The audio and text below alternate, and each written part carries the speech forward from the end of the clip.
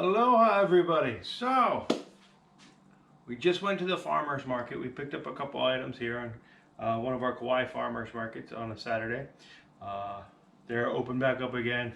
Of course, you know, lots of spacing. Everybody's wearing masks. It's out in an open field, so no problem with distancing there. But picked up a couple items, and I just want to share with you. Main thing I want to share with you today is we're going to go over a couple different bananas that we have here on Hawaii and the different uses for all of them. And then also, we've just got a couple other weird items that we picked up. We've got an oppo squash. So this is a long squash. It's pretty much just like on the mainland, like a summer squash, like a yellow summer squash, except this one's green. They could usually be longer or thinner. The younger they are, the thinner the skin. Once they get older, the skin gets a little thick, so you peel off the skin. It's got a white inside. You slice it up. You saute it up just like summer squash. It comes out really good. Or so I've heard. We're going to cook this one later, and we'll figure that one out for ourselves. We also have what's called a sugar apple. Now this one's really interesting looking. It's kind of all kind of bumpy inside. This one's not quite ripe yet, so we can't eat it. We'll let it sit a couple days. This one, what we'll do is we'll pull it apart. It's got all these little segments in it. Each segment has a flesh and a little seed. You eat it, it's supposed to be very sweet. So we're gonna figure that one out. This was called a sugar sop, kind of in the same family as a sour sop, just a different name because this one's gonna be a lot sweeter. We also have our local Okinawan potatoes. I'm growing some of these myself, but we usually get these at the farmer's market. As you can see, it's a nice bright purple there. I'll either slice these thin, we'll fry them in the air fryer as chips, or I've actually dehydrated some. They come out real nice and crunchy, nice chips. You can use them mashed, you can use them fried, whatever you would want. If you boil them, you do lose the purple, some of it. It still stays like a pale purple like this one. But you can fry them up, you can roast them, and they stay that nice dark purple. Almost like the purple Peruvian potatoes, but these ones are the sweet potatoes.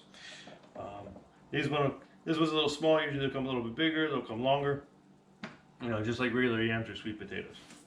So as for our bananas, the three main bananas that we get here, we have our apple bananas, our Thai bananas, and then our cooking bananas. So our apple bananas are the ones that we kind of fell in love with here. These ones, well actually we'll go back. We have our Cavendish banana. So they don't grow these here. This I had to go to Safeway, pick it up. This is the one that you'll find everywhere in the States, pretty much everywhere in the world. History behind this a little bit is, you know, I think it's like 160 years ago, something like that. Somebody in England was looking at a bunch of exotic plants for the Cavendish family. They really liked the bananas.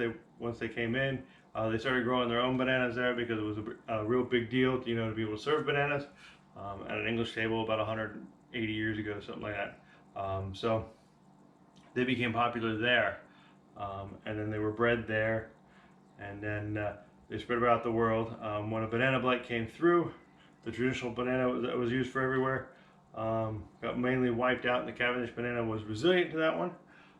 That blight, so these pretty much went everywhere. So anywhere in you know, Asia, China, a lot of the tropical islands, they'll grow these.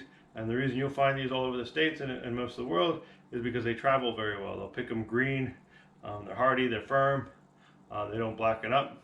Usually you get to a place, they'll gas them with ethylene gas to get whatever color you want. Means you can have bananas all over the world at any time of the year. Problem is, they're not that great of tasting banana. These ones, I wouldn't say starchy, but they're not as sweet as a regular banana. You kind of got to wait till they're, you know, leopard spotted to get any sweetness out of them. And even then, you know, once you've tasted these other ones, the flavor of these ones really don't compare. Everyday banana, you know, this is what I grew up with.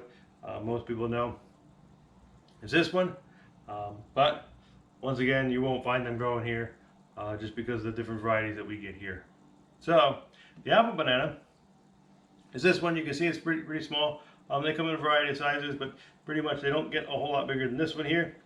A hand, what they call a hand, is like one of these pieces. Kind of looks like a hand with fingers. Buy these at the farmer's market. You know, this one cost me $3. Had a couple extra bananas on it, but we already ate them. Once you peel it, the same nice white flesh. Not too firm on this one, and actually when you eat it, it's very sweet. called apple bananas because they have a flavor similar to an apple. Very sweet. You know, nice creamy texture. Not quite like the blue bananas, but or the ice cream bananas, but they're still very sweet, very good. These are what you're going to find most of the island. These are what your snacking banana is here. The Thai bananas next.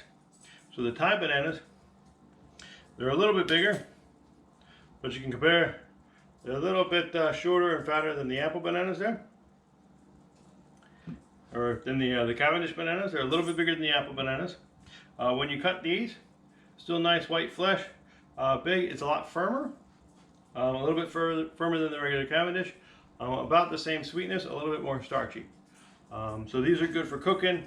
If you want something sweet like dessert, they're good in that way. So next up, we have our cooking bananas. Now the cooking bananas here, pretty much about the same size as the Thai bananas. You can get these green or the ripened yellow. Most people use them green. I grab the yellow ones. The yellow ones have a little bit more flavor. Several different ways you can cook these. Now these are just about like plantains. They're a little bit sweeter.